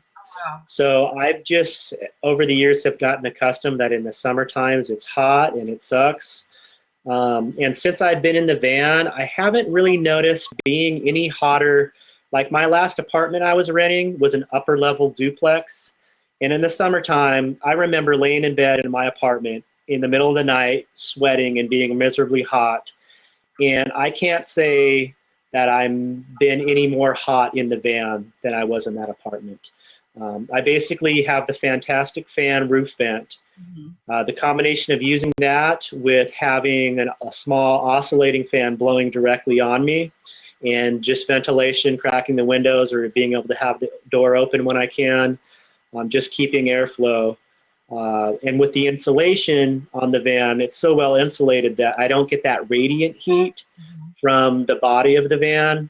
So it's, you know, when it's hot and it sucks, but it's not unbearable. Did you use a specific kind of insulation that you feel like was better? I used the standard, it's foam insulation board for household insulation, not the pink fiberglass stuff, but the board. And you can definitely tell. I spent a couple weeks in the van before I insulated it, just kind of checking it out. And it made a huge difference with the radiant heat. If you're parked in the direct sun, which I do because of the solar panels, it really cuts down on that just intense, hot, radiant heat you would get coming from the roof. You're able to run a standard box fan and the Fantastic fan on the solar you've built up through the day, overnight? Yeah. I can run the fans pretty much all night. I keep the Fantastic fan on low, and then I have a small 12-volt fan that I can have pointing right on me, and that basically keeps me. I do have some things, you know, that I've done in the intense heat, like I have a little mister bottle you can spray on your face and kind of cool down. The best thing to do for me is I just try to, I mean, San Diego is great because I can just head down to the beach. You know, when the summertime in inland, it's 100 degrees. If you go to the coast, it's like 15 degrees cooler. So for me, being mobile and being able to just try to put myself somewhere where it's cooler, taking advantage of things like during the day, going places that are air conditioned, walking around a shopping mall, hanging out at a library, stuff like that can give you some relief. Which again is something you couldn't do with a pet. Right. Have you ever thought about getting a sprinter or something else you can stand up again? And we talked about that very, very early. Not so much getting a sprinter per se, but getting a high top cargo or something like that. It's something that you have considered. Yeah, I have. I've become very frugal since I've started living this lifestyle, and I've realized the benefits of, not spending a lot of money. And the one thing that's would keep me from doing it is sacrificing that gas mileage. But I really feel like it would be worth it, and hopefully I could get myself in a position where I'm able to afford the difference in the gas mileage. But I think it would really make a big difference. Having that extra room, every little inch makes a difference. And I would love to be able to stand up, and if not stand up all the way, at least be able to stand up more than I can now. Most high tops aren't, I'm 5'11", most high tops don't give you more than 6 feet. So you pretty much always have to hunker over a little bit, but it would be better than where I'm at now. So. Has anyone, including the audience, final question, considered using an electric vehicle charging station as an alternative to solar? I don't know how you would do that, but I don't either. I can't say that I know either. Unless you figured out a way to plug in, because I think those have a special receptacle. But if it was standard, I guess you could try to, or have some sort of adapter, but I don't know how that would work. All right. Is there anything that you want to share before we wrap up tonight, Brian? You have been fantastic, by the way. Well, thank you. Yeah, it's been fun. I think we covered a lot. I was kind of glad there were some personal questions. I'm more comfortable sharing in a situation like this. I usually don't volunteer stuff unless I'm asked. So it's nice to be in a situation where people are curious of some personal things. And yeah, I would say, from what I find with the online YouTube community, is it seems like there's a lot of people, the biggest person, like when I started making videos, and especially my friends and family, they thought that, there's only so many people that are going to watch your videos because there's only so many people living in vans. And I quickly realized that the big percentage of people that watch these videos are people that are thinking about it and that want to do this. And so if there's any of those people out there that are watching this, I would, suggest do what you need to do to get yourself in a situation where you can just do it. Stop thinking about it and fantasizing about it, because you don't know what's going to happen tomorrow. Life is short and precious, and life is way too short to just dream and think about things. Get out there and follow your dreams, chase them, and just do it. And you know what? It's doable. It's not as hard. It's not as hard as you think. You're going to have to sacrifice. Yeah, a little bit. Not. If I can do it, I'm a goof. If I can do it, anyone can do it. Well, and look at the rewards you've gotten. It's been amazing. I've never been so happy in my life. I can say that with full honesty. I've only dreamed of being this happy. That's awesome. That's awesome. Brian, thank you so much. Again, Brian is the Adventure Van Man on YouTube. You check out his videos. They are awesome. I can attest to that. My name is Devin Winters on behalf of the Nomadic Fanatics podcast. Thank you for coming tonight. Everybody have a great week, and we will see you next Friday. I believe next Friday is when we have Old Fart New Start coming on. So she is a firecracker, Brian. If you're anywhere you watch, she's a comedian. She's a funny one. Nice. I'll try to tune in. Everybody have a great week, and thanks again for coming. Thank you, Brian. Thanks everyone for joining in. Thank you, Devin. You did a great job. Awesome. Thank you. All right. See ya. Bye.